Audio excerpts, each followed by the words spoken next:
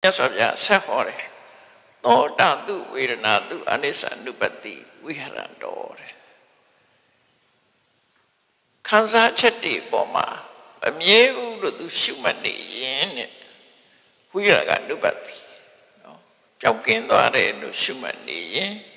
ချုပ်ဆုံးသွားတယ်လို့ရှုမှတ်နေရင်ဆွန့်လွတ်တယ်ရယူတယ်လို့ရှုမှတ်နေလို့ရှိရင်အကျိုးရလကပါတော့နာကိဉ္စီလောကေဥပတ္တိယတိလောကမှာဘာကိုမှမတွေ့တာတော့အဲ့ဒါကြောင့်ပြတွေ့တာမှုကင်း၍လွတ်မြောက်ခြင်းစားရတာဗျ